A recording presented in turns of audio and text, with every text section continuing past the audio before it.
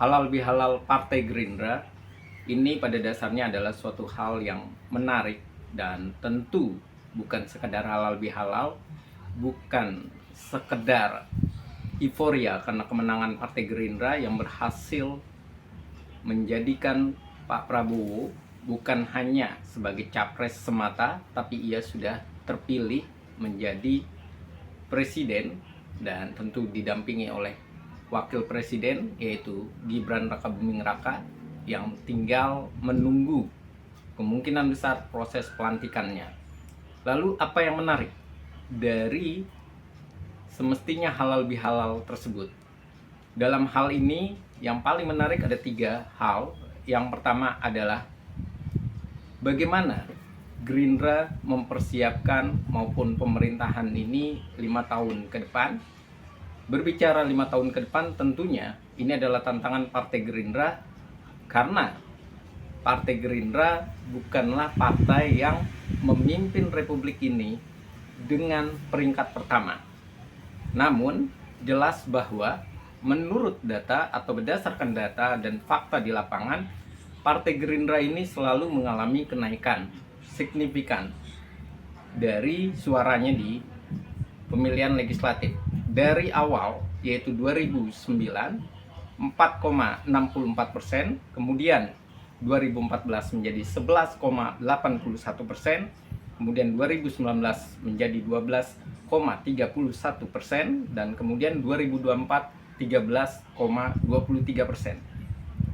Artinya dari hal tersebut memang yang paling cukup mengejutkan, cukup fenomenal, yaitu kenaikan pada 2009 menuju 2014 sebesar 7,13%. Sementara 2024 dan 2019 ada kenaikan tapi jumlahnya masih di bawah 1%. 2019 sebesar 0,54%, sedangkan 2024 adalah 0,92%. Nah, peringkat Partai Gerindra inilah yang ketiga yang harus benar-benar menjadi perhatian. Bagaimana Partai Gerindra memprioritaskan, menjaga, dan mengusahakan seluruh program pemerintah, seluruh keputusan maupun kebijakan yang akan dibuat oleh pemerintahan Prabowo dan Gibran ini dapat diterima, dapat dijalankan, dan dapat bermanfaat bagi masyarakat. Yang kedua, bagaimana dengan prioritas programnya? Jelas bahwa berbicara prioritas program, hal yang utama adalah memaknai keberlanjutan program dari Partai Gerindra. Yang kedua adalah bagaimana keberlanjutan ini artinya mensinkronkan antara hal yang baru dengan hal yang lama. Apa hal yang lama? Yaitu melanjutkan program dari Presiden Joko Widodo. Dan ini adalah tantangan dari Partai Gerindra. Yang ketiga adalah program visi misinya yang baru.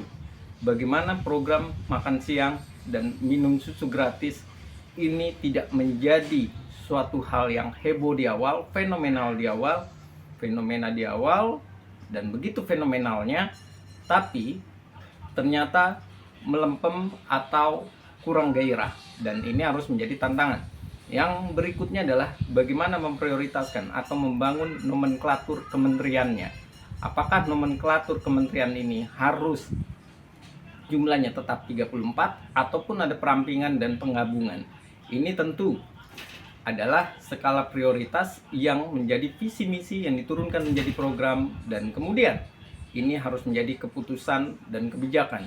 Nah, yang ketiga adalah yang paling menarik dari seluruh halnya ini, pesan ataupun apa yang harus dilakukan oleh kader dari Partai Gerindra. Yang harus dilakukan adalah mempersiapkan diri untuk 2029. Tentunya persiapan dirinya apa?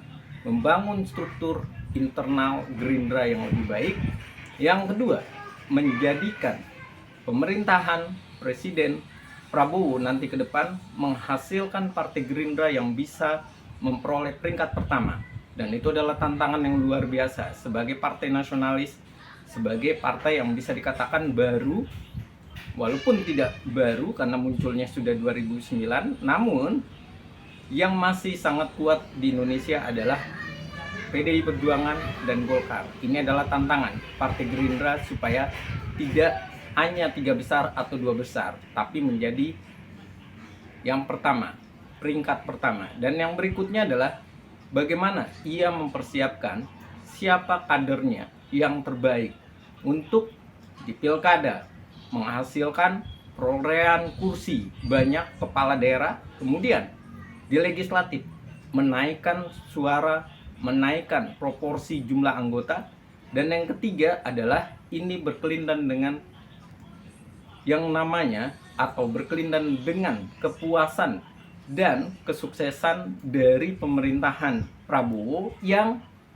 diberikan nilai positif oleh masyarakat. Dan berikutnya adalah bagaimana hal ini semua menjadi suatu kesatuan, dan Partai Gerindra ini harus juga mempersiapkan ataupun sudah memperjuangkan untuk suatu hal yang baik, yaitu mempersiapkan 2029.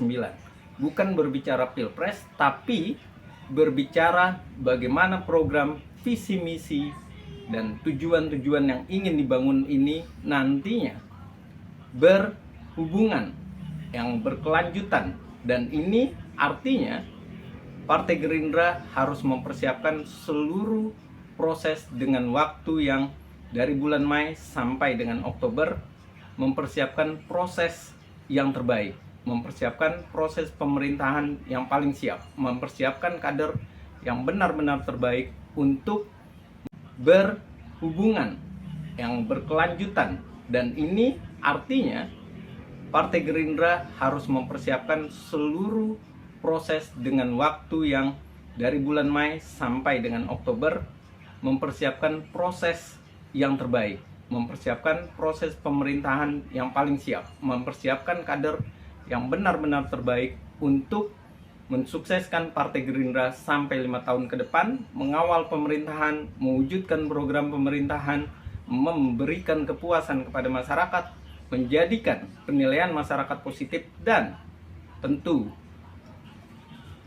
tujuan terakhirnya adalah menjadikan Partai Gerindra di urutan pertama di 2029 nanti.